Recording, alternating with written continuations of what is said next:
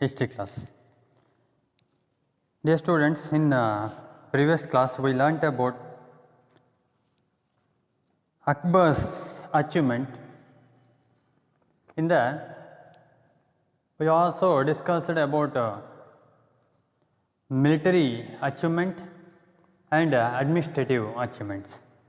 ಪ್ರಿಯ ವಿದ್ಯಾರ್ಥಿಗಳ ಹಿಂದಿನ ಒಂದು ಕ್ಲಾಸಲ್ಲಿ ನಾವು ಮೊಘಲ್ ಸಾಮ್ರಾಜ್ಯದಲ್ಲಿ ಅಕ್ಬರ್ನ ಕುರಿತಾದಂತೆ ಅಧ್ಯಯನವನ್ನು ಮಾಡ್ತಾ ಬರ್ತಾ ಇದ್ವಿ. ಅಕ್ಬರ್ನ ಸಾಧನೆಗಳನ್ನು ನಾವೀಗಾಗಲೇ ತಿಳಿದುಕೊಂಡಿದ್ದೇವೆ. ಅವನ ಸೈನಿಕ ಸಾಧನೆ ಮತ್ತು ಆಡಳಿತಾತ್ಮಕ ಸಾಧನೆಯೂ ಸಹ ನಾವು ಹಿಂದಿನ ಒಂದು ಕ್ಲಾಸ್ಗಳಲ್ಲಿ ಚರ್ಚೆಯನ್ನು ಮಾಡಿದ್ದೇವೆ. ಇನ್ನು administrative achievements of Akbar, we already know about the ministry of Akbar. ಅಕ್ಬರ್ನ ಮಂತ್ರಿ ವರ್ಗದ ಕುರಿತಾದಂತೆ ಅಧ್ಯಯನವನ್ನು ಮಾಡಿಕೊಂಡು ಬಂದೇವೆ. And also the mansabdari system of Akbar, ಅಕ್ಬರ್ನ ಮನ್ಸಬ್ದಾರಿ ಪದ್ಧತಿಯ ಕುರಿತಾದಂತೆಯೂ ಸಹ ಹೌದು. And revenue system of Todarmal and the bandobast system of Todarmal, ತೋಡರ್ಮಲ್ಲನ ರೆವಿನ್ಯೂ ಸಿಸ್ಟಮ್ ಕಂದಾಯ ಪದ್ಧತಿ ಜೊತೆಗೆ ಬಂದೋಬಸ್ತ್ ಪದ್ಧತಿಯನ್ನು ಸಹ ಈಗಾಗಲೇ ಅಧ್ಯಯನವನ್ನು ಮಾಡಿದ್ದೇವೆ. And after that also learnt about religious policy of Akbar, ಅಕ್ಬರ್ನ ಧಾರ್ಮಿಕ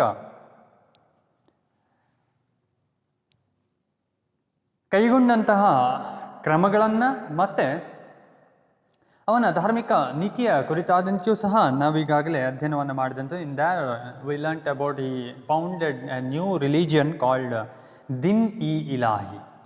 ಸೊ ಅದರಲ್ಲಿ ಅಧ್ಯಯನವನ್ನು ಮಾಡಿದ್ದೇವೆ.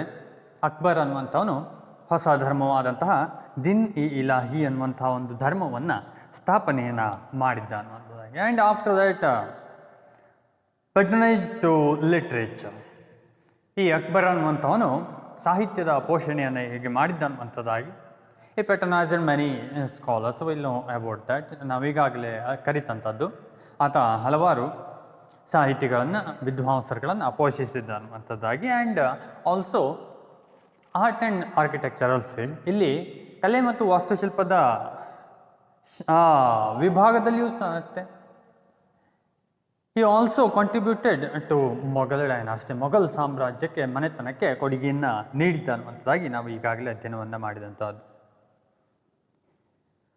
Hence that Akbar called as, by these all achievements, he was called as the Great. So ಆ ಕಾರಣದಿಂದಾಗಿ, ಅವನ ಆ ಸಾಧನೆಯಿಂದಾಗಿ ಅಕ್ಬರನನ್ನು ಮಹಾಶಯ ಅನ್ನುವಂಥದ್ದಾಗಿ ಇತಿಹಾಸಕಾರ ಕರೀತಾ ಹೋಗಿದ್ದಾನೆ. ನಮ್ಮ ಭಾರತದ ಇತಿಹಾಸದಲ್ಲಿ ಅವನನ್ನು ಅಕ್ಬರ ಮಹಾಶಯ ಅನ್ನುವಂಥದ್ದಾಗಿ ಸಂಬೋಧಿಸಲಾಗ್ತದೆ. ಏನೇ ಆಗಿರಲಿ, ಅಕ್ಬರ್ ಅನ್ನುವಂಥವನು ಮೊಘಲ್ ಸಾಮ್ರಾಜ್ಯದ ಒಬ್ಬ ಪ್ರಸಿದ್ಧನಾದಂತಹ ದೊರೆಯಾಗಿದ್ದ ಅನ್ನುವಂಥದ್ದಂತೂ ನಮಗೆ ಈ ಮೂಲಕವಾಗಿ ತಿಳಿತದೆ. Next after Akbar, Jahangir ascended the throne. He was the son of Akbar. ಆ ಅಕ್ಬರ್ನ ತರುವಾಯದಲ್ಲಿ ಜಹಾಂಗೀರ್ ಅನ್ನುವಂಥ ಅಕ್ಬರ್ನ ಮಗ ಅನ್ನುವಂಥವನು ಸಿಂಹಾಸನಕ್ಕೆ ಏರಿದ. But he was full under the influence of his wife Nur Jahan. So ಇಲ್ಲಿ ಈ ಜಹಾಂಗೀರ್ ಅನ್ನುವಂಥವನು ಏನಿದ್ದಾನೆ, ಅಸಮರ್ಥನಾಗಿ ಹೋಗಿದ್ದ. ಈತ ಪತ್ನಿಯಾದಂತಹ ನೂರ್ ಜಹಾನಳ ಪ್ರಭಾವಕ್ಕೆ ಒಳಗಾಗಿದ್ದ. It means real ruler of Mughal dynasty in Jahangir's period was Noor Jahan, Jahangir's wife. She was become the virtual sovereign. So ಅವಳು ಏನು ಮಾಡ್ತಾ ಇದ್ಲು, ಇಡೀ ಒಂದು ಸಾಮ್ರಾಜ್ಯವನ್ನು ತನ್ನ ಕೈಯಲ್ಲಿ ತೆಗೆದುಕೊಂಡು ಆಳ್ವಿಕೆಯನ್ನು ಮಾಡ್ತಾ ಇದ್ದಂಥದ್ದು. ನಿಜಾದಂತಹ ಆಡಳಿತಗಾರ್ತಿ ಯಾರಪ್ಪ ಅಂತಂದರೆ ಅವಳು ನೂರ್ ಜಹಾನ್. ಸೊ ಇವನು ಏನಿದ್ದಾನೆ, ಬರೀ ಲೆಕ್ಕಕ್ಕಷ್ಟೇ ರಾಜನಾಗಿ ಉಳಿದಿದ್ದ ಅನ್ನುವಂಥದ್ದಾಗಿ ವರ್ಣಿಸ್ತಾ ಹೋಗ್ತಾನೆ ಈ ಜಹಾಂಗೀರನನ್ನು. So because of this, Jahangir son Shah Jahan revolted against his father. ಆ ಕಾರಣದಿಂದಾಗಿ ಜಹಾಂಗೀರ್ನ ಮಗ ಶಹಜಹಾನ್ ಅನ್ನುವಂಥವನು ತಂದೆಯ ವಿರುದ್ಧವಾಗಿಯೇ ಇಲ್ಲಿ ದಂಗೆಯನ್ನು ಎಬ್ಬಿಸಿದ್ದ. ಇಂತಹ ತಂದೆ ಮಗನ ತಂಗಿಯನ್ನೇ ಎದುರಿಸಬೇಕಂತ ಸಂದರ್ಭ ಜಹಾಂಗೀರ್ನಿಗೆ. And after that Shah Jahan ascended the throne in 1627. 1427 ವೇಳೆಗೆ ಶಹಜಹಾನ್ ಅನ್ನುವಂಥವನು ಸಿಂಹಾಸನವನ್ನು ಏರಿದ್ದ. And he ruled Mughal empire up to 1658. 1658ರವರೆಗೆ ಈತ ಮೊಘಲ್ ಸಾಮ್ರಾಜ್ಯವನ್ನು ಆಳ್ವಿಕೆಯನ್ನು ಮಾಡಿದಂತಹ ಒಬ್ಬ ಪ್ರಸಿದ್ಧನಾದಂತಹ ಅರಸ.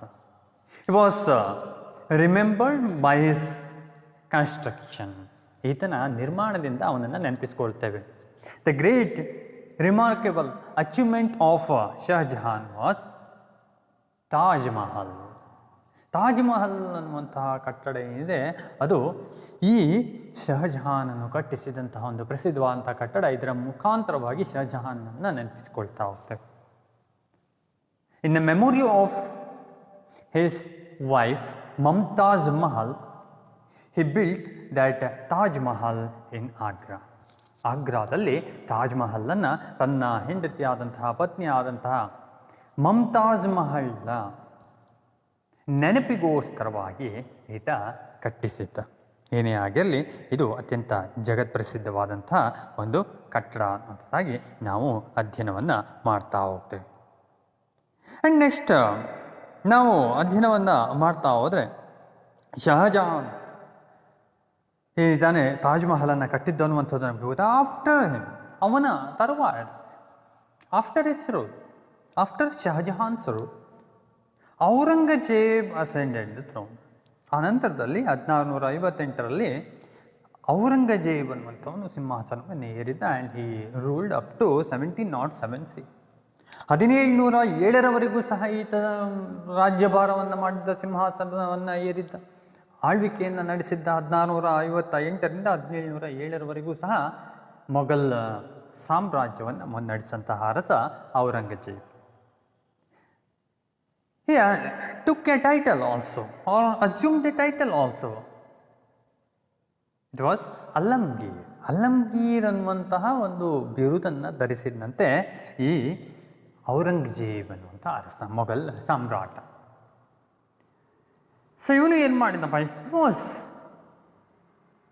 Little bit stronger in last rulers of Mughal dynasty. Mughal ಸಾಮ್ರಾಜ್ಯದ ಕೊನೆಯ ಅರಸರುಗಳಲ್ಲಿ ಸ್ವಲ್ಪ ಮಟ್ಟಿನ ಬಲಿಷ್ಠವಾದಂತಹ ಅರಸನಾಗಿ ನಮಗೆ ಕಂಡು ಬರ್ತಾನೆ. He conquered north and south India, obtained him a very large empire. ಈತ ಉತ್ತರ ಮತ್ತು ದಕ್ಷಿಣ ಭಾರತದ ಭಾಗಗಳನ್ನು ಗೆದ್ದುಕೊಂಡಿದ್ದ, ತನ್ನ ಹಿಡಿತದಲ್ಲಿ ಇಟ್ಟುಕೊಂಡಿದ್ದ ದೊಡ್ಡದಾದಂತಹ ಒಂದು ಸಾಮ್ರಾಜ್ಯವನ್ನು ಈ ಔರಂಗಜೇಬ್ ಅನ್ನುವಂಥ ಅರಸ. In Aurangzeb's period, there was also many revolts against Mughal Empire. Mughal ಸಾಮ್ರಾಜ್ಯದ ವಿರುದ್ಧವಾಗಿ ಹಲವಾರು ದಂಗೆಗಳು ಅನ್ನುವಂಥದ್ದು ಇಲ್ಲಿ ನಡೆದಿತ್ತಂತೆ ಈ ಔರಂಗಜೇಬನ ಕಾಲದಲ್ಲಿ. There was many religious revolts and also incursions. Many invasions also held on Mughal Empire in Aurangzeb's period. ಔರಂಗಜೇಬನ ಕಾಲದಲ್ಲಿ ತಪ್ಪ ಹಲವಾರು ಧಾರ್ಮಿಕವಾದಂಥ ದಂಗೆಗಳು ನಡೀತು, ಹಲವಾರು ಹೊರಬದಿಯ ಆಕ್ರಮಣಗಳು ಸಹ ಇಲ್ಲಿ ನಡೆದಂಥದ್ದನ್ನು ನಾವು ಇಲ್ಲಿ ನೋಡ್ಬೋದು. ಹಿ ಫೇಸ್ಡ್ ರೆಬೆಲಿಯನ್ಸ್ ಸಕ್ಸಸ್ ಅಂತೂ ಯಶಸ್ವಿಯಾಗಿ ಅವನ್ನ ಎದುರಿಸಿದಂಥ ಒಬ್ಬ ಅರಸ. After Aurangzeb, after the death of Aurangzeb, he was died in 1707. After that what happened about the Mughal empire? ಇಲ್ಲಿ ನಾವು ಮೊಘಲ್ ಸಾಮ್ರಾಜ್ಯದ ಕುರಿತಾದಂತೆ ಏನಾಯ್ತಪ್ಪ ಅನ್ನೋದಾಗಿ ವಿಚಾರವನ್ನು ಮಾಡ್ತಾ ಹೋದರೆ, it was going towards the decline. ನಿಧಾನವಾಗಿ ಈ ಮೊಘಲ್ ಸಾಮ್ರಾಜ್ಯ ಅನ್ನುವಂಥದ್ದು ಅವನತಿಯತ್ತ ಹೋದಂಥದ್ದನ್ನು ಇಲ್ಲಿ ಪ್ರಮುಖವಾಗಿ ನಾವು ಗುರುತಿಸಬಹುದು.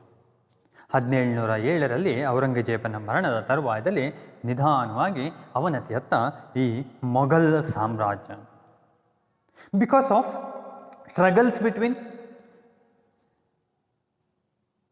nobles and also internal fights for succession, it led to the decline of Mughal Empire.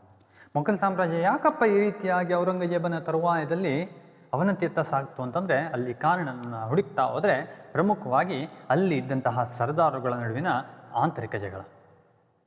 So ಅಲ್ಲಿ ಸಾಮರಸ್ಯವಿರದೇ ಹೋದಂತಹದ್ದು, ಸಿಂಹಾಸನಕ್ಕೋಸ್ಕರವಾಗಿ ಜಗಳ ಅನ್ನುವಂಥದ್ದು ಸಹ ಈ ಮೊಘಲ್ ಸಾಮ್ರಾಜ್ಯ ಅನ್ನುವಂಥದ್ದು ಅವಸಾನವಾಗಲಿಕ್ಕೆ ಪ್ರಮುಖವಾದಂತಹ ಕಾರಣವಾಗಿ ಮಾಡಿಬಿಟ್ಟಿತ್ತು. ಏನೇ ಆಗಿರಲಿ, finally it was decline by the deposition of Bahadur Shah II to Rangoon after Sepoy Mutiny. In 1857, the Mughal Empire came into an end. ಕೊನೆಗೂ ಸಹ ಈ ಮೊಘಲ್ ಸಾಮ್ರಾಜ್ಯ ಅನ್ನುವಂಥದ್ದು ಅವನತಿಯಾಗಿತ್ತು. 1857ರಲ್ಲಿ ಇದರ ಕೊನೆಯನ್ನು ಕಂಡಿತ್ತು. The last Mughal ruler was Bahadur Shah II. ಎರಡನೇ ಬಹದ್ದೂರ್ ಶಾ ಅನ್ನುವಂಥವನೇ ಕೊನೆಯ ಮೊಘಲ್ ಅರಸ. ಸೊ ಇವರು ಏನಾಗಿದ್ದಪ್ಪ ಅಂತಂದರೆ, ಇವನನ್ನು ಗಡೀಪಾರು ಮಾಡಲಾಗಿತ್ತು. ರಂಗೂನ್ ಅನ್ನುವಂಥ ಪ್ರದೇಶದಲ್ಲಿ ಗಡೀಪಾರನ್ನ ಮಾಡಲಾಗಿತ್ತು ಈ ಸಿಪಾಯಿ ದಂಗೆ ಅನ್ನುವಂಥದ್ದು ನಡೆದಂಥ ಸಂದರ್ಭದಲ್ಲಿ. In 1857 sepoy mutiny held in Indian region. In that revolt, many Indian soldiers, they revolted against the British rule. They are led or they chose Bahadur Shah II to Delhi Empire, Delhi throne. Finally, he was declared as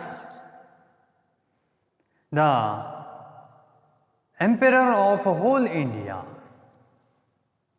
ಈ ಸಿಪಾಯಿ ದಂಗೆಯಲ್ಲಿ ಹಲವಾರು ಜನ ಭಾರತದ ಸೈನಿಕರು, British ಸೈನ್ಯದಲ್ಲಿದ್ದಂಥವರು ಬ್ರಿಟಿಷರ ವಿರುದ್ಧ ಹೋರಾಟವನ್ನು ಮಾಡಿದರು.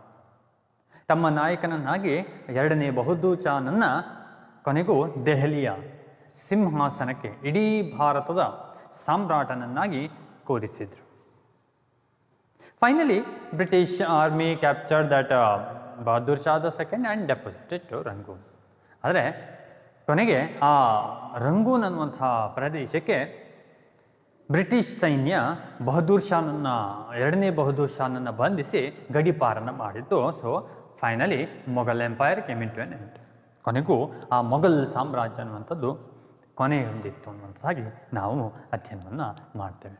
And next, contributions of Mughal empire. Mughal ಸಾಮ್ರಾಜ್ಯ ಏನನ್ನು ಕೊಟ್ಟಪ್ಪ ಭಾರತದ ಇತಿಹಾಸಕ್ಕೆ ಅಥವಾ ಪ್ರಪಂಚಕ್ಕೆ ಅನ್ನುವಂಥದ್ದಾಗಿ ಅಧ್ಯಯನವನ್ನು ಮಾಡ್ತಾ ಹೋದರೆ, ಇನ್ ಎಜುಕೇಷನ್ ಆ್ಯಂಡ್ ಲಿಟ್ರೇಚರ್, ಸಾಹಿತ್ಯ ಮತ್ತು ಶಿಕ್ಷಣದ ಕ್ಷೇತ್ರದಲ್ಲಿ ಈ ಮೊಘಲ್ ಸಾಮ್ರಾಜ್ಯ ನೀಡಿದಂತಹ ಕೊಡುಗೆಗಳನ್ನು ನಾವು ಅಧ್ಯಯನವನ್ನು ಮಾಡ್ತಾ ಹೋದರೆ, many Mughal emperors they established madrasas and colleges to give education to the people. ಜನರಿಗೆ ಶಿಕ್ಷಣವನ್ನು ನೀಡಬೇಕು ಅನ್ನುವಂಥ ಕಾರಣಕ್ಕೋಸ್ಕರವಾಗಿ ಹಲವಾರು ಮೊಘಲ್ ಸಾಮ್ರಾಟರುಗಳು ಮದ್ರಸಾಗಳನ್ನು ಮತ್ತು ಕಾಲೇಜುಗಳನ್ನು ಸ್ಥಾಪನೆಯನ್ನು ಮಾಡಿ.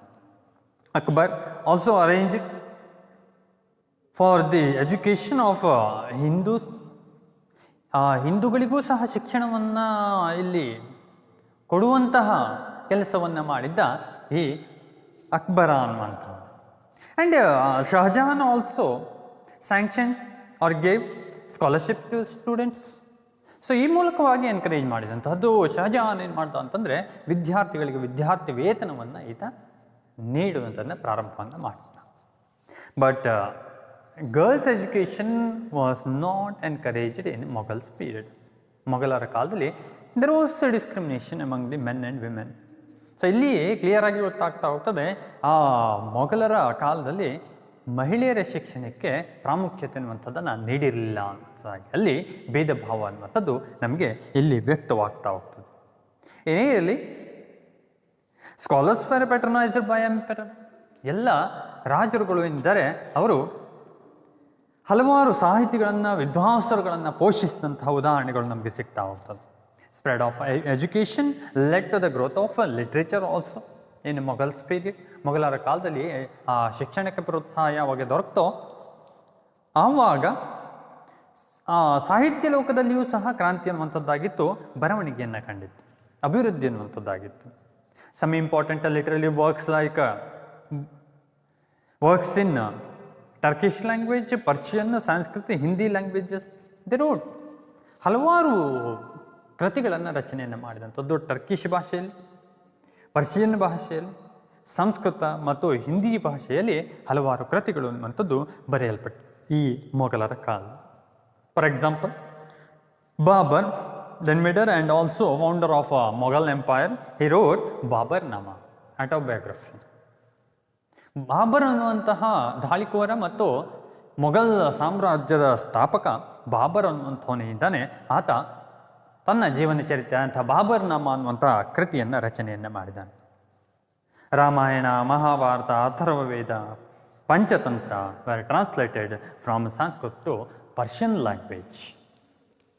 ಹಲವಾರು ವೈದಿಕ ಸಾಹಿತ್ಯಗಳಾಗಿರ್ಬೋದು, ರಾಮಾಯಣ, ಮಹಾಭಾರತ, ಅಥರ್ವವೇದ ಆಗಿರ್ಬೋದು, ಪಂಚತಂತ್ರ ಅನ್ನುವಂಥ ಕೃತಿ ಆಗಿರ್ಬೋದು, ಇವೆಲ್ಲವನ್ನು ಸಂಸ್ಕೃತದಲ್ಲಿದ್ದಂತಹದ್ದನ್ನು ಪರ್ಷಿಯನ್ ಭಾಷೆಗೆ ತರ್ಜುಮೆಯನ್ನು ಮಾಡಿದ್ದನ್ನು ನಾವಿಲ್ಲಿ ನೋಡ್ಬೋದು. ಇಲ್ಲಿ ಭಾಷಾಂತರವನ್ನು ಗೊಳಿಸಿದ್ದನ್ನು ನಾವಿಲ್ಲಿ ಅಧ್ಯಯನವನ್ನು ಮಾಡ್ತಾ ಹೋಗ್ತೇವೆ. ಪರ್ಷಿಯನ್ ಭಾಷೆಯಲ್ಲಿ ಬರೆದಂತಹದ್ದು.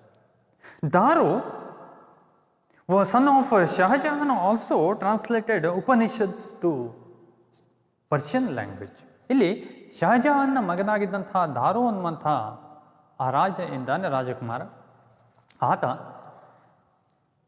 ಉಪನಿಷತ್ಗಳನ್ನು ಈತ ಪರ್ಷಿಯನ್ ಭಾಷೆಗೆ ತರ್ಜುಮೆಯನ್ನು ಮಾಡಿದಂತಹ ಉದಾಹರಣೆಯನ್ನು ಇತಿಹಾಸಕಾರ ನಮಗೆ ನೀಡ್ತಾ ಹೋಗ್ತಾನೆ. ಸೊ ಈ ರೀತಿಯಾಗಿರಲಿ ಹಲವಾರು ಕೃತಿಗಳು ಅನ್ನುವಂಥದ್ದು ಪರ್ಷಿಯನ್ ಭಾಷೆಗೆ ಇಲ್ಲಿ ತರ್ಜುಮೆಗೊಳ್ಳುವಂಥದ್ದು ಅಥವಾ ಆ ಭಾಷೆಯಲ್ಲಿ ಬರೆಯಲ್ಪಟ್ಟಂಥದ್ದನ್ನು ನಾವಿಲ್ಲಿ ಅಧ್ಯಯನವನ್ನು ಮಾಡ್ಬೋದು. And many famous writers like Abul Fazal, he wrote Aini Akbari and Akbarnama. ಇಲ್ಲಿ ಹಲವಾರು ವಿದ್ವಾಂಸರುಗಳ ಉದಾಹರಣೆಯನ್ನು ಇತಿಹಾಸಕಾರ ನೀಡ್ತಾ ಹೋಗ್ತಾನೆ. ಅಬುಲ್ ಫಜಲ್ ಅನ್ನುವಂತಹ ವಿದ್ವಾಂಸ ಐನಿ ಅಕ್ಬರಿ ಮತ್ತು ಅಕ್ಬರನಾಮಾ ಅನ್ನುವಂತಹ ಕೃತಿಗಳನ್ನು ರಚನೆಯನ್ನು ಮಾಡಿದಂಥದ್ದು. And Gulbadan Begum, she wrote Humayun Nama. Gulbadan Begum ಅನ್ನುವಂಥವಳು Humayun ನಾಮ ಅನ್ನುವಂತಹ ಕೃತಿಯನ್ನು ರಚನೆಯನ್ನು ಮಾಡ್ತಾನೆ. ಆ್ಯಂಡ್ ಜಹಾಂಗೀರ್ಸ್ ಆಟೋಬಯೋಗ್ರಫಿ, ಫರಹಾಂಗಿ ಜಹಾಂಗೀರ್, ಜಹಾಂಗೀರನ ಆತ್ಮ ಕಥನ ಏನಿದೆ, ಆತ್ಮಚರಿತ್ರೆ, ಫರಹಾಂಗಿ ಜಹಾಂಗೀರ್ ಅನ್ನುವಂಥದ್ದು ಸಹ ಈ ಕಾಲದಲ್ಲಿ ರಚನೆ ಆದಂತಹದ್ದು.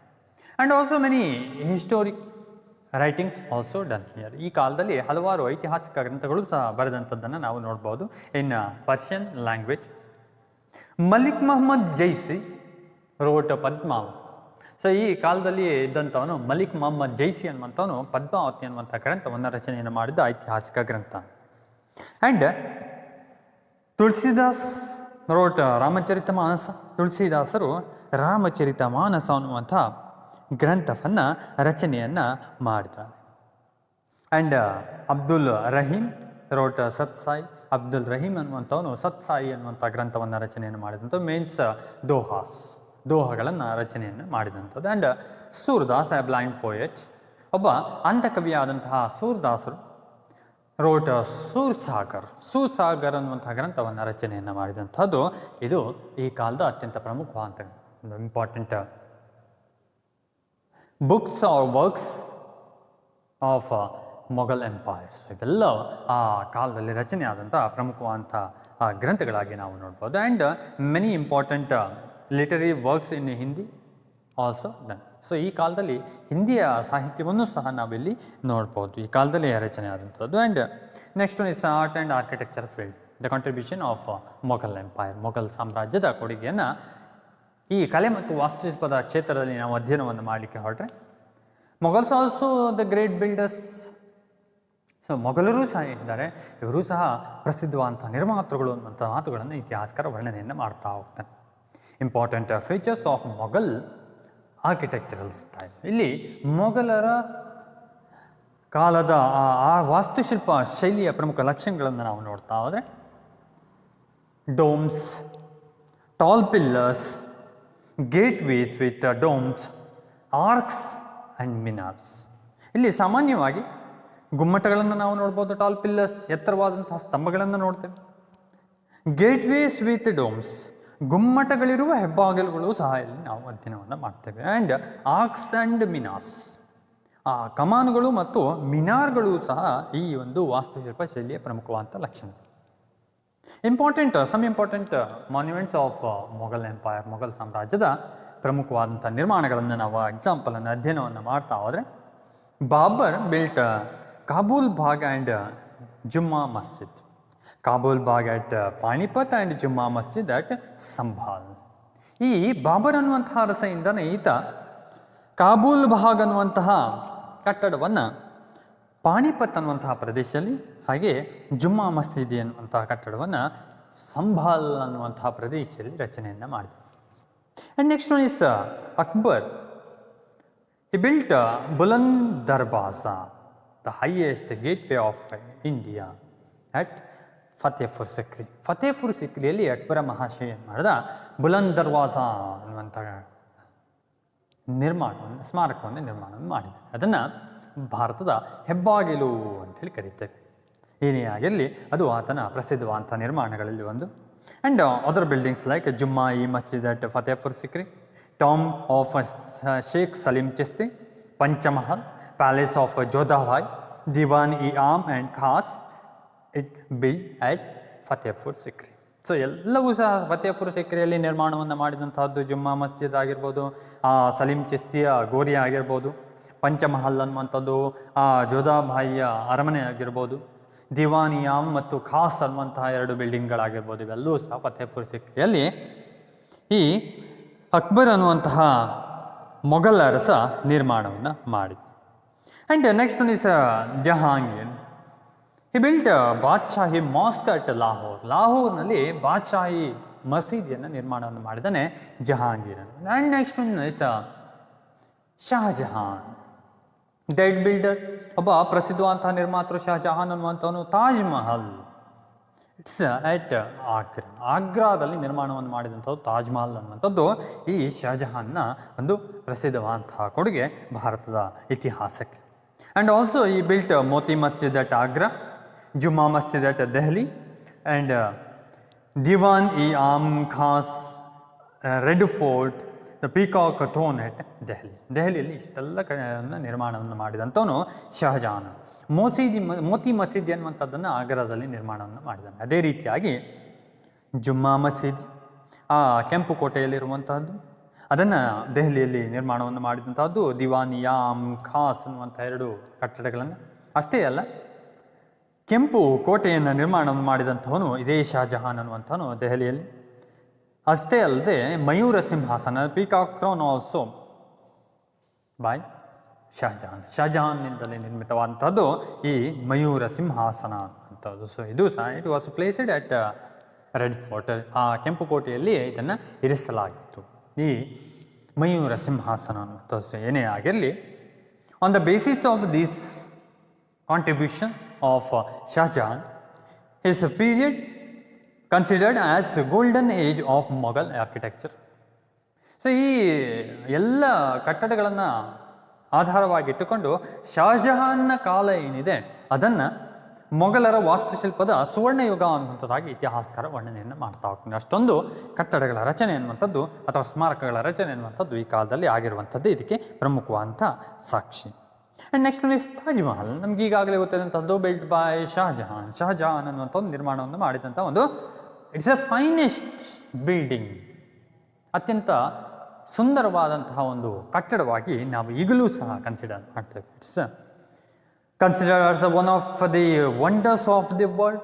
ಜಗತ್ತಿನ ಅದ್ಭುತಗಳಲ್ಲಿ ಒಂದು ಈ ಒಂದು ತಾಜ್ ಮಹಲ್ ಅನ್ನುವಂಥ ಕಟ್ಟಡ.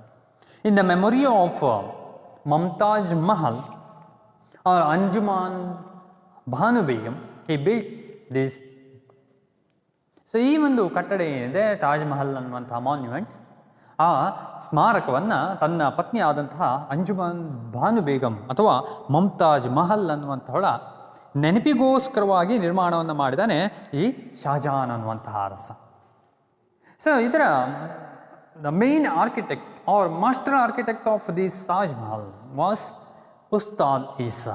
ಈ ಕಟ್ಟಡ ತಾಜ್ ಮಹಲ್ ಕಟ್ಟಡ ಹಿಂದೆ ಇದರ ನಿರ್ಮಾಣದಲ್ಲಿ ಪ್ರಮುಖ ಪಾತ್ರವನ್ನು ವಹಿಸಿದಂಥವನು ಮುಖ್ಯ ಶಿಲ್ಪಿ ಅಂತಂದರೆ ಅವನೇ ಉಸ್ತಾದ್ ಈಸಾ ಅನ್ನುವಂಥ ವ್ಯಕ್ತಿ. ಸೊ ಇವನ ಸೂಪರ್ವಿಷನ್ನಲ್ಲಿ ಈ ಕಟ್ಟಡ ಅನ್ನುವಂಥದ್ದು ನಿರ್ಮಾಣವಾಗಿತ್ತು. Taj Mahal is located on the river bank of Yamuna. It is built in white marble. So ಈ ಯಮುನಾ ನದಿಯ ದಂಡೆ ಮೇಲೆ ಆಗ್ರಾದಲ್ಲಿ ಇರುವಂಥದ್ದು ಈ ತಾಜ್ ಮಹಲ್ ಕಟ್ಟಡ. ಇದು ಬಿಳಿಯ ಅಮೃತ ಶಿಲೆಯಲ್ಲಿ ನಿರ್ಮಾಣವನ್ನು ಮಾಡಿದಂತಹ ಒಂದು ಅದ್ಭುತವಾದಂಥ ಕಟ್ಟಡವಾಗಿ ನಾವು ಮೊಘಲರ ಕಾಲದ ಕೊಡುಗೆಯಾಗಿ ಇಲ್ಲಿ ತಿಳಿದುಕೊಳ್ತಾ ಹೋಗ್ತೇವೆ, ಅಧ್ಯಯನವನ್ನು ಮಾಡ್ತಾ ಹೋಗ್ತೇವೆ.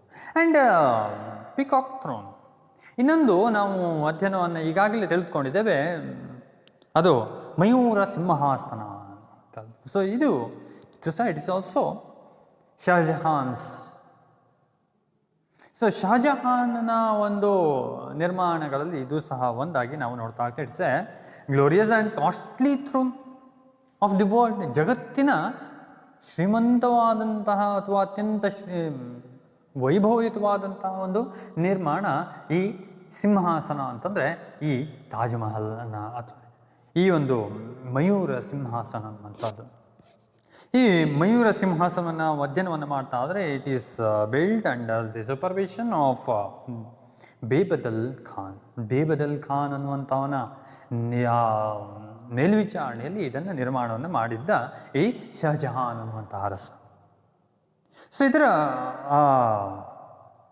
ಸಿಂಹಾಸನವನ್ನು ಎಕ್ಸಾಮಿನ್ ಮಾಡ್ತಾ ಹೋದರೆ it is estimated 1 crore rupees at that time. So ಆ ಕಾಲದಲ್ಲಿ 1 ಕೋಟಿ ರೂಪಾಯಿಯನ್ನು ಬೆಲೆ ಬಾಳ್ತಾ ಇತ್ತಂತೆ. ಅಷ್ಟೊಂದು ಶ್ರೀಮಂತವಾದಂತಹ ಸಿಂಹಾಸನ ಈ ಮಯೂರ ಸಿಂಹಾಸನ. It is build by using gold, rubies, diamonds, emerald and pearls. ಏನನ್ನು ಯೂಸ್ ಮಾಡಿದ್ದಾನೆ ಅನ್ನುವಂಥದ್ದು ಸಹ ಇತಿಹಾಸಕಾರ ಹೇಳ್ತಾ ಹೋಗ್ತಾನೆ. ಬಂಗಾರವನ್ನು ಬಳಸಿದ್ದಾರೆ ಇದಕ್ಕೆ, ಅಷ್ಟೇ ಅಲ್ಲ ಮಾಣಿಕ್ಯವನ್ನು ಬಳಸಿದ್ದಾರೆ, ವಜ್ರವನ್ನು ಬಳಸಿದಂತಹದ್ದು, ಪಚ್ಚೆಯನ್ನು ಬಳಸಿದಂಥದ್ದು ಮತ್ತು ಈ ಮುತ್ತುಗಳನ್ನು ಸಹ ಈ ಸಿಂಹಾಸನವನ್ನು ನಿರ್ಮಾಣವನ್ನು ಮಾಡಲಿಕ್ಕೆ ಬಳಸಿದಂಥದ್ದನ್ನು ನಾವು ಇಲ್ಲಿ ನೋಡ್ಬೋದು. And there was also figure of peacock. There was 2 figures of Peacocks. So ಇಲ್ಲಿ 2 ಏನಿದೆ ಆ ಮಯೂರುಗಳ ಒಂದು ಚಿತ್ರ ಅನ್ನುವಂಥದ್ದು ಇದೆ. ಸೊ ಆ ಕಾರಣದಿಂದಾಗಿ it is called as peacock throne. ಕಾರಣದಿಂದಾಗಿ ಇದನ್ನು ಮಯೂರ ಸಿಂಹಾಸನ ಅನ್ನುವಂಥದ್ದಾಗಿ ವರ್ಣನೆಯನ್ನು ಮಾಡ್ತಾ ಹೋಗ್ತಾನೆ ಇತಿಹಾಸಕಾರ. ಏನೇ ಆಗಿರಲಿ, it is placed in Diwan-e-Khas of Red Fort at Delhi, but it was carried away by Nadir Shah, the Afghan noble, in 1737. ಇದು ಈ ಮಯೂರ ಸಿಂಹಾಸನ ಏನಿದೆ ಇದನ್ನು ಕೆಂಪುಕೋಟೆಯಲ್ಲಿರುವಂತಹ ದಿವಾನ್-ಇ-ಖಾಸ್ ಅನ್ನುವಂತಹ ಪ್ರದೇಶದಲ್ಲಿ ಇದನ್ನು ಇರಿಸಲಾಗಿತ್ತು. ಆದರೆ 1737 ವೇಳೆಗೆ ನಾದಿರ್ ಶಾ ಅನ್ನುವಂತಹ ಅಫ್ಘಾನಿನ ವ್ಯಕ್ತಿಯಿಂದಾನೇ ಭಾರತಕ್ಕೆ ಬಂದಂಥ ಸಂದರ್ಭದಲ್ಲಿ ಅದನ್ನು ತನ್ನೊಂದಿಗೆ ಹೊತ್ತೊಯ್ದಿದ್ದಾನೆ ಅಫ್ಘಾನಿ. ಏನೇ ಆಗಿರಲಿ, it was not in India ನಾ. ಸೊ ಈಗ ಭಾರತದಲ್ಲಿ ಅದು ಇಲ್ಲ ಆ ಮಯೂರ ಸಿಂಹಾಸನ ಅಂತ. ಸೊ ಏನೇ ಆಗಿರಲಿ, ಇದು ಅತ್ಯಂತ ಪ್ರಮುಖವಾದಂತಹ ಪ್ರಸಿದ್ಧ ಕೊಡುಗೆ ಈ ಮೊಘಲರ ಕಾಲದ್ದು. And in the field of paintings, ಆ ಪೇಂಟಿಂಗ್ನ ಫೀಲ್ಡಲ್ಲಿ ಅಥವಾ ವರ್ಣಚಿತ್ರದ ಕಡೆಯಲ್ಲಿ ನಾವು ಅಧ್ಯಯನಕ್ಕೆ ಹೊರಟ್ರೆ it is also developed immensely. ಇಲ್ಲಿಯೂ ಸಹ ಈ ಚಿತ್ರಕಲೆ ಅನ್ನುವಂಥದ್ದು ಸಹ ಅಭಿವೃದ್ಧಿ ಹೊಂದಿದ್ದಂತ ನಾವು ನೋಡ್ಬೋದು. And both foreign and native paintings elements. So ಇಲ್ಲಿ ಸಾಮಾನ್ಯವಾಗಿ ಒಂದಂತಂದರೆ ದೇಶೀಯ ಮತ್ತು ಇನ್ನೊಂದು ವಿದೇಶಿಯ ಎರಡೂ ಮೂಲ ಅಂಶಗಳನ್ನು ಒಟ್ಟಾಗಿಸಿದಂಥದ್ದನ್ನು ನಾವಿಲ್ಲಿ ಈ ಚಿತ್ರಕಲೆಯಲ್ಲಿ ನೋಡ್ಬೋದು. Jahangir was also great patron of painting according to historian. ಇತಿಹಾಸಕಾರನ ಪ್ರಕಾರದಲ್ಲಿ ಜಹಾಂಗೀರ್ ಸಹ ಒಬ್ಬ ಪ್ರಸಿದ್ಧವಾದಂತಹ ವರ್ಣಚಿತ್ರದ ಪ್ರೋತ್ಸಾಹಕನಾಗಿದ್ದ. And also many painters at his court. ಇವನ ಏನು ರಾಜನ ಆಸ್ಥಾನದಲ್ಲಿ ನಾವು ಅಧ್ಯಯನವನ್ನು ಮಾಡ್ತಾ ಹೋದರೆ ಅವನ ಆಸ್ಥಾನದಲ್ಲಿ ಹಲವಾರು ಪ್ರಸಿದ್ಧವಾದಂತಹ ಚಿತ್ರಕಲಾಕಾರರಿದ್ದಂತೆ, like Ustad Mansur, Murad, Bishandas, Manohar etcetera.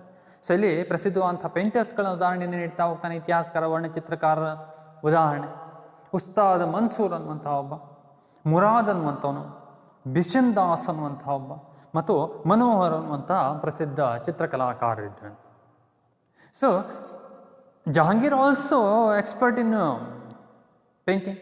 So ಇಲ್ಲಿ ಈ ಜಹಾಂಗೀರ್ನೂ ಸಹ ಒಬ್ಬ ಪ್ರಸಿದ್ಧವಂತಹ ಚಿತ್ರಕಲಾಕಾರನಾಗಿದ್ದ ಅನ್ನುವಂಥದ್ದಾಗಿ ಇತಿಹಾಸಕಾರ ವರ್ಣನೆಯನ್ನು ಮಾಡ್ತಾ ಹೋಗ್ತಾನೆ. ಈ ಒಂದು ಪೇಂಟಿಂಗ್ಗೆ ಒಂದು ಪ್ರೋತ್ಸಾಹ ಅನ್ನುವಂಥದ್ದು ದೊರಕಿತ್ತು ಅನ್ನುವಂಥಾಗಿ ವರ್ಣನೆಯನ್ನು ಮಾಡ್ತಾ ಹೋಗ್ತಾನೆ. Here portrait and miniature painting also developed immensely during Mughals period. So ಈ ಮೊಘಲರ ಕಾಲದಲ್ಲಿ ಸೂಕ್ಷ್ಮಾಧಾರಿತ ಚಿತ್ರಕಲೆ ಜೊತೆಗೆ ವ್ಯಕ್ತಿ ಚಿತ್ರ ಅನ್ನುವಂಥದ್ದು ಸಹ ಇಲ್ಲಿ ಚಿತ್ರಿತವಾಗ್ತಾ ಇತ್ತು ಅನ್ನುವಂಥದ್ದನ್ನು ಇತಿಹಾಸಕಾರ ನಮಗೆ ತಿಳಿಸ್ಕೊಡ್ತಾ ಬರ್ತಾನೆ. And in the field of music, ಸಂಗೀತ ಕ್ಷೇತ್ರಕ್ಕೆ ನಾವು ಅಧ್ಯಯನಕ್ಕೆ ಹೊರಟ್ರೆ ಮ್ಯೂಸಿಕ್ ಆಲ್ಸೋ ಡೆವಲಪ್ಡ್. ಮ್ಯೂಸಿಕ್ ಸಹ ಏನಾಗಿತ್ತು, ಅಭಿವೃದ್ಧಿಯನ್ನು ಹೊಂದಿತ್ತು. Mughal empires also patronised musicians. So ಇಲ್ಲಿ ಮೊಘಲ್ ಸಾಮ್ರಾಟರುಗಳು ತಮ್ಮ ಆಸ್ಥಾನದಲ್ಲಿ ಹಲವಾರು ಸಂಗೀತಕಾರರನ್ನು ಇಟ್ಟುಕೊಂಡು ಸಲಹಿದಂಥದ್ದು. Akbar was also a great patron of music. ಅಕ್ಬರ್ನೂ ಸಹ ಒಬ್ಬ ಪ್ರಸಿದ್ಧನಾದಂತಹ ಸಂಗೀತ ಪ್ರೇಮಿಯಾಗಿದ್ದ, ಪ್ರೋತ್ಸಾಹಕನಾಗಿದ್ದ. The great musicians like Tansen, Ramdas, Brijbavar and Surdas was in the court of Akbar. ಅಕ್ಬರನ ಆ ಆಸ್ಥಾನದಲ್ಲಿ ತಾನ್ಸೇನ್, ರಾಮದಾಸ್, ಬ್ರಿಜುಭಾವರ್ ಮತ್ತು ಸೂರ್ದಾಸರಂತಹ ಪ್ರಸಿದ್ಧವಾದಂತಹ ಸಂಗೀತಕಾರರು ಅನ್ನುವಂಥವ್ರು ಆಶ್ರಯವನ್ನು ಪಡೆದುಕೊಂಡಿದ್ರು. ಅಷ್ಟೆಲ್ಲ ಪ್ರಸಿದ್ಧಿಯನ್ನು ಪಡೆದುಕೊಂಡಂತಹ ಆ ಸಂಗೀತಕಾರರು ಈ ಅಕ್ಬರ್ನ ಆಸ್ಥಾನದಲ್ಲಿದ್ದರು ಅನ್ನುವಂಥ ಮಾಹಿತಿಯನ್ನು ಇತಿಹಾಸಕಾರ ತಿಳಿಸ್ಕೊಡ್ತಾ ಬರ್ತಾನೆ. And empress like Babur, Jahangir, Shahjahan, they are also good singers. ಅವರು ಸಹ ಇದ್ದಾರೆ, ರಾಜರಾಗಿದ್ದರೂ ಸಹ ಒಳ್ಳೆಯ ಸಂಗೀತಕಾರರಾಗಿದ್ದರಂತೆ. ಬಾಬರ್ ಆಗಿರ್ಬೋದು, ಜಹಾಂಗೀರ್ ಆಗಿರ್ಬೋದು, ಶಹಜಹಾನ್ ಆಗಿರ್ಬೋದು. They also composed many lyrics. ಇಲ್ಲಿ ಹಾಡುವಂಥದ್ದಷ್ಟೇ ಅಲ್ಲ, ಗೀತರಚನೆಯನ್ನೂ ಸಹ ಮಾಡಿದಂತಹ ಉದಾಹರಣೆಗಳು ಅನ್ನುವಂಥದ್ದು ನಮಗೆ ಸಿಗ್ತಾ ಹೋಗ್ತದೆ. So all this are contribution of Mughal period. So ಇವೆಲ್ಲೂ ಸಹ ಕಲೆ ವಾಸ್ತುಶಿಲ್ಪ ಆಗಿರ್ಬೋದು, ಅಥವಾ ಆ ಕಾಲದ ಸಾಹಿತ್ಯ ಶಿಕ್ಷಣ ಆಗಿರ್ಬೋದು, ಅಷ್ಟೇ ಅಲ್ಲದೆ ಸಂಗೀತ ಆಗಿರ್ಬೋದು, ಇವೆಲ್ಲದಕ್ಕೂ ಸಹ ಅವರ ಕಾಲದ ಕೊಡುಗೆಗಳನ್ನು ನಾವು ಪ್ರಸಿದ್ಧ ಕೊಡುಗೆಗಳನ್ನು ಇಲ್ಲಿ ಅಧ್ಯಯನವನ್ನು ಮಾಡ್ತೇವೆ. So in next class we are learning about another kingdom, another chapter, Rise of Marathas. Thank you.